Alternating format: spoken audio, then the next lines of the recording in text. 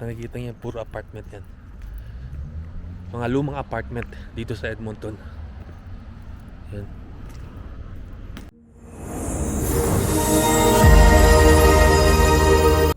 What's up mga kapopi? Ngayon guys, dito tayo ngayon sa appointment ni Mrs. Nakikita nyo naman guys sa mga kapopi, napakaganda ng araw natin ngayon. Nakikita nyo to? Ito ay galing sa ating Haring Araw. So ngayong araw guys ay nagpakita na si Haring Araw at nagpapasalamat ako at masaya ako ngayon at dahan-dahan na matutuyo ang ating basang damo. So nandito lang tayo mga kapopi sa appointment ni Mrs. At dito tayo sa kotse kasi mahirap ang parking dito. And kung doon ako pupunta, doon tayo pupunta mga kapopi, we need to pay something. So medyo mahal ang parking doon.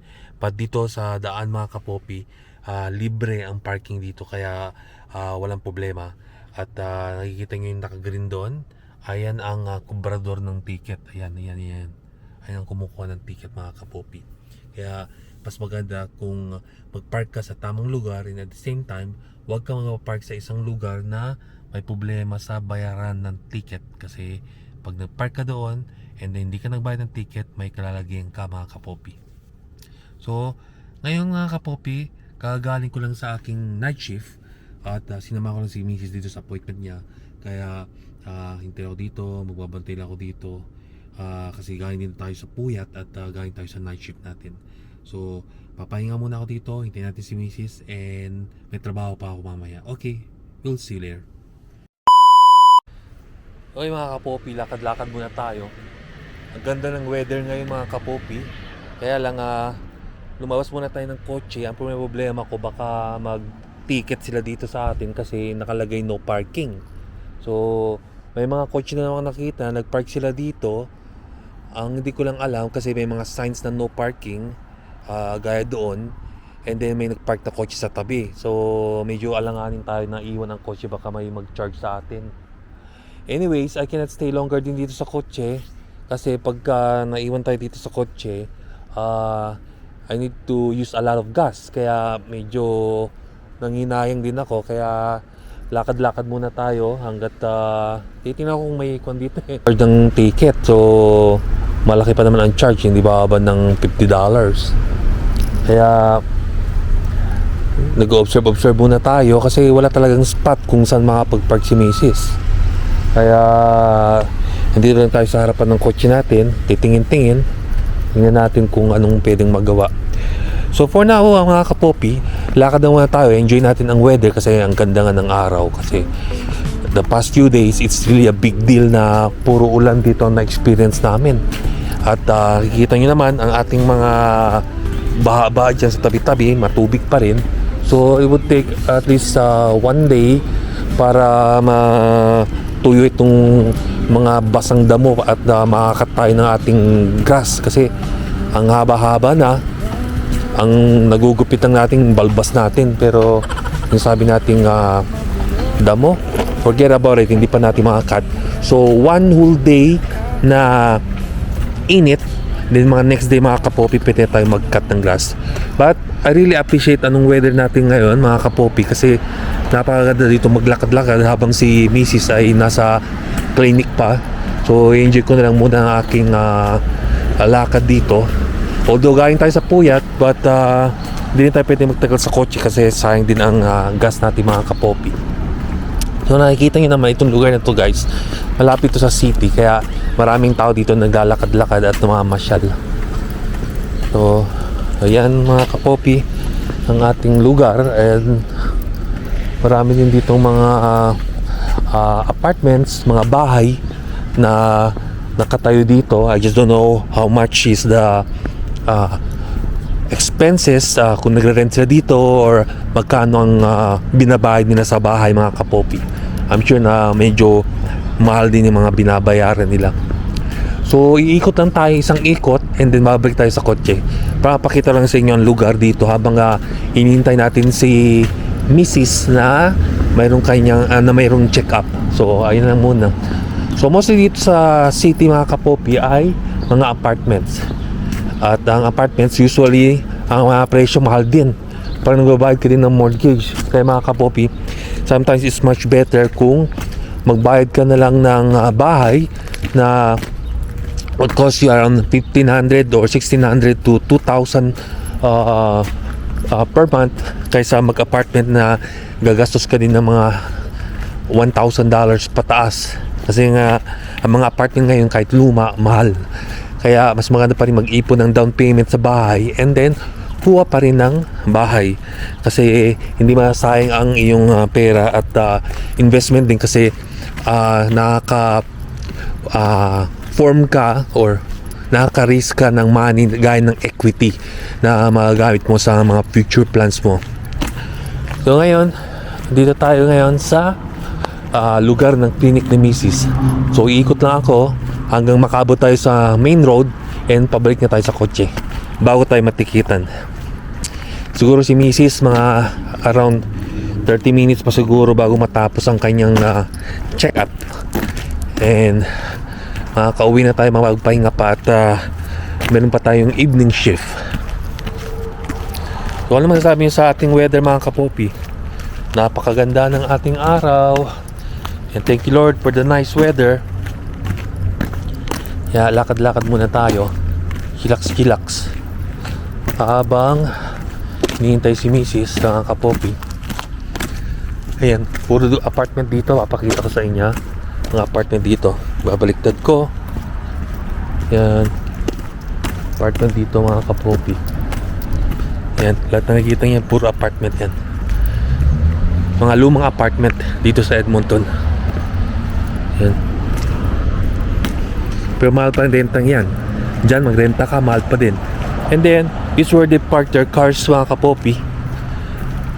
Diyan may kanya-kanyang designated parking. Kung magpa-park ka dyan tapos hindi mo parking, automatic yan, matitikitan ka.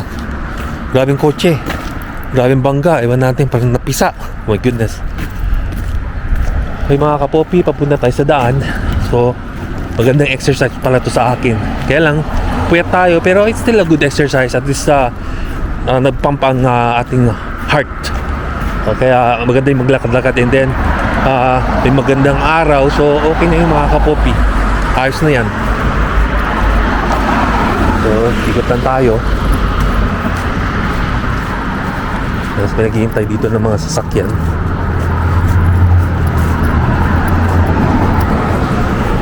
Ito kasi yung clinic ni Mrs. Busy to, kaya mahirap makahanap ng parking. Dito ng bus. Yan, may sasakay na yung mga pasahero dyan. Dito ang pasahero doon. Yan, sakay sila ng bus. So nakaisang block na tayo. Ganun lang kadali mga kapopi. So babalik muna ako sa kotse bago tayo matikitan. Hopefully walang ticket. So okay mga kapopi, bumalik na tayo dito sa kotse natin. At thank you Lord, wala tayong ticket. At nakapaglakad na tayo, naka-exercise na tayo. At medyo may kaba ako dun kasi baka matikitan tayo. Kaya tambay-tambay muna tayo dito habang inintay si Mrs. So mga kapopi, on our way home. Pero dandong muna kami sa Ngakdo. Dapat sa Jollibee, pero matagal dyan na hintayin nila sa Jollibee. So pag-isipan namin McDonald's lang kasi meron pa ako evening shift. So nakita niyo naman ulit ang ating magandang weather mga kapopi. I really appreciate this kind of weather kasi it will just run for the next 3 days and after that wala na naman. So let's make the most of it kahit may trabaho tayo. Nakakahilo at nakakalito, maraming alalahanin at laging malalim ang iniisip. Pero ang masulyapan ng iyong ngiti ay may hatid na ginhawa sa akin. Mga alinlangan ko ay naglalaho sa oras na...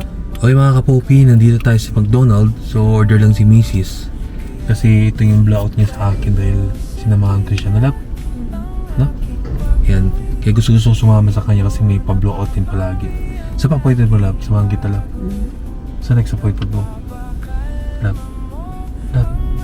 Sa next appointment mo. Tapos sa Sama, ano to? samahan kita para may blow ako tula ako. Ha? Halap? Yes. Anong gusto mo? So, ang order ko mga kapopi ay ang chicken burger. So, may ako sa chicken burger. Si Mrs. mahilig sa beef burger. Ito, ano to? So, chicken burger ako. Si Mrs. beef burger. Si Christian, kasi katapos ng school nila, so mahaba ang kanyang tulog. So, natutulog pa sa bahay. Ako naman, pag uwi, tutulog ako again. Actually, hindi pa. Kasi ang last tulog ko pala yung break time ko kagabi sa night shift ko. So, pagdating ko sa bahay, tutulog uli ako ng 4 na oras bago tayo mag-evening shift.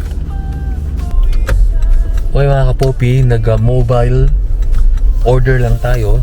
So, mas madali compared sa dine-in at wala na tayong oras mga kapopi.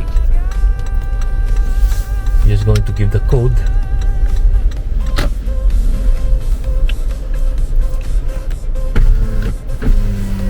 Ito sa kabila.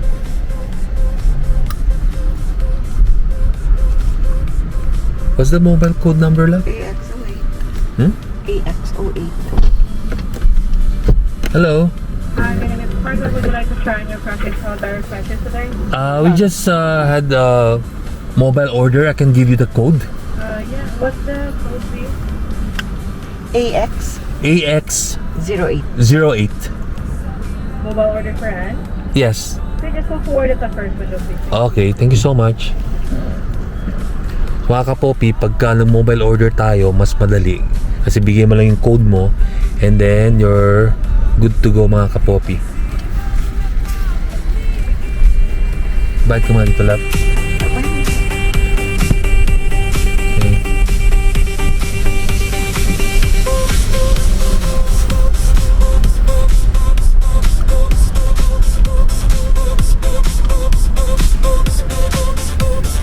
Okay, we're just going to get our order.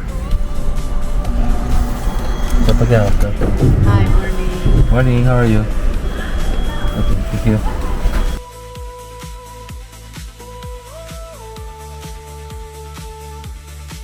Mga kapopi, kinukuha lang natin yung order natin.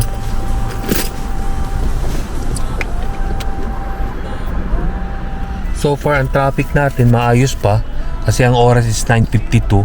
Kanina busy pag 8 o'clock, 8:30. Pag at this time, okay ang traffic natin mga kapopi. Nakikita niyo naman doon, doon pa rin yung tubig from our rain this past few days. Hintayin natin ang ating order. Tuloy makita ang ating order.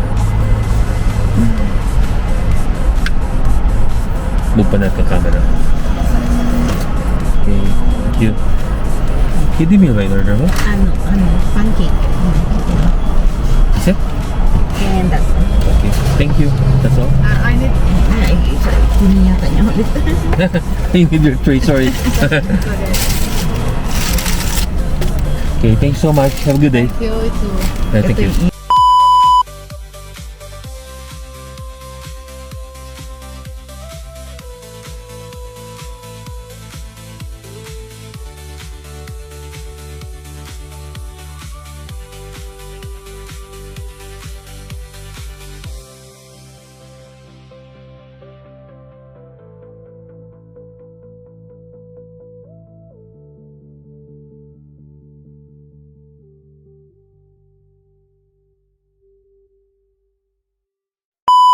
Oh mga kapopi, nandito tayo sa work and ang ganda ng weather mga kapopi.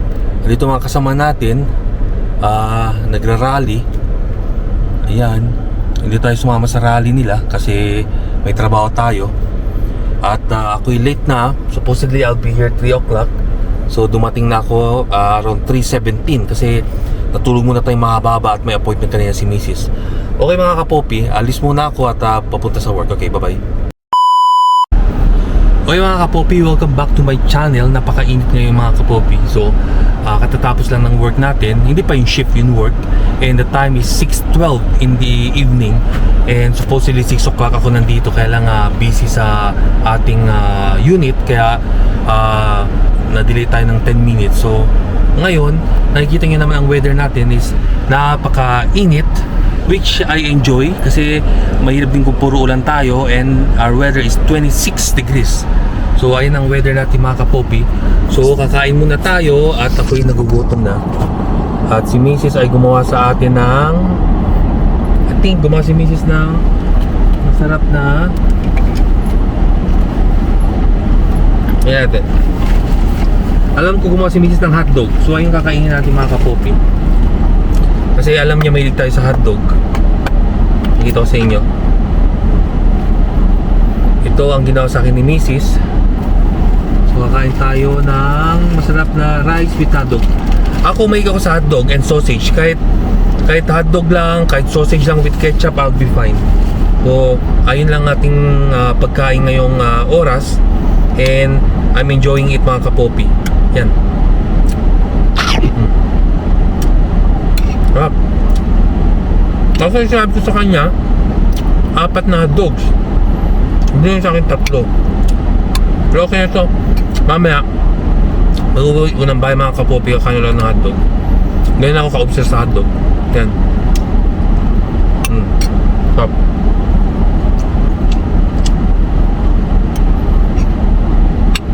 Busy sa trabaho ko. Takbo ng takbo kami, running back and forth because I'm working evenings. Ay pag evening shift, busy ang compared sa nights. Pero ang advantage is mabilis ang takbo ng oras. Yan. Kain tayo mga kapopi. Okay, magkita tayo mamaya. Okay mga kapopi, tapos na tayo kumain. At in-enjoy ko yung hotdog. So masarap. Thank you Mrs. At binigyan mo ko ng hotdog na masarap with ketchup and rice. So, ngayon guys, walang karapatan ang sino man. Walang karapatan na magreklamo kasi isang araw, reklamo, ulan, pero ngayon mainit. Wala tayong karapatan na magsabi, mainit naman. So, you know, it should just be balanced. Ulan, init, pwede din sobrang ulan, pwede din sobrang init. Pero for now guys, I would say na ang 26 degrees na weather ay ina-enjoy ko kasi maganda ang panahon at magagawa natin ang ating mga outdoor activities. Hindi lagi nasa indoor tayo kasi ulan. Pakita ko sa inyo saglit kung gaano kaganda ang weather natin. Yan mga kapopi. Kita nyo mga trees, napaka-green, and ang grass natin napaka-green. Tapos ang langit natin napaka-blue. May konting clouds pero according sa weather network hindi uulan. So ano pang kailangan natin? So we just need to enjoy the weather at wag na tayo magreklamo mga kapopi. Ang problema ko lang mga kapopi, pag maganda nga ang weather, nandito tayo sa work. Pag pangit ang weather, saka naman maulan. So anong magagawa natin? We need to work, di ba? So we'll just enjoy and let's see after our shifts or after all the shifts that I have, and then pag mag-go off na tayo, then doon tayo mag-enjoy. Ganun lang. Relax, then work hard, and then relax ulit. Ganun na para sa ating mental health. Okay mga kapopi, pabalik na ako. We'll see you. Hello mga kapopi, we're back. So, katatapos ng trabaho natin. It's 9:35 PM. So, pauwi na tayo ng bahay at nakikita nyo naman ang weather natin. Can you say about this? May araw pa at ang mga tao ay nag-e-enjoy mag-drive ng kanilang mga sasakyan. Kasi at this time, liwanag pa. So yung iba, naglalakad-lakad, nagja-jogging. Ang iba naman, nagmomotor. Ang iba naman, gamit nila ang kanilang top-down na kotse. So you can do a lot of things when the weather's nice compared to rainy weather. Kasi the past few days, ulan ng ulan. So mga tao, mostly nakatambay lang sa bahay at if they have plans, na iba yung plano. Pero pag ito kaganda ang weather mga kapopi, you'll enjoy everything, your environment, the nature, everything. It's just like ano bang sinasabi ko palagi, it's just like taste of heaven. Ayan, ang paborito kong term pag na-enjoy ko mga bagay-bagay sa mundo. So ngayon mga kapopi, pauwi na tayo, and I would say it would just take us around 10 minutes at makakarating na rin tayo sa bahay natin. Diyan mo si kuya, nakalabas pa yung kamay niya habang nagdadrive kasi ina-enjoy niya ang weather mga kapopi. So ako naman nandito, nagdadrive, and looking forward na makauwi at makakain ng masarap na pagkain ni Mrs. And I'm always thankful dyan sa misis natin kasi ang hiling magluto. So I just need to control myself para hindi tayo tumaba mga kapopi. So just to show you more glimpse of our place, since magandang weather, ayan ang makikita nyo guys. Kasi pag ulan, pag mag-video ako, puro ulan makikita nyo at masyadong depressing ang lugar. Kaya hindi ka ma-enjoy pagka nagda-drive ka or if you have plans. Kasi pag maulan, basa, nakakalungkot kasi madilim ang lugar. Pero ngayon guys, kita yung kalangitan natin, walang bakas na dark clouds na magpapahiwating ng ulan. Lahat maliwanag at lahat ng tao ay naglo-look forward na maka long drive. And ako naman, I'm working for 4 days, 5 days straight. So hindi tayo makaka-enjoy ngayon mga kapopi.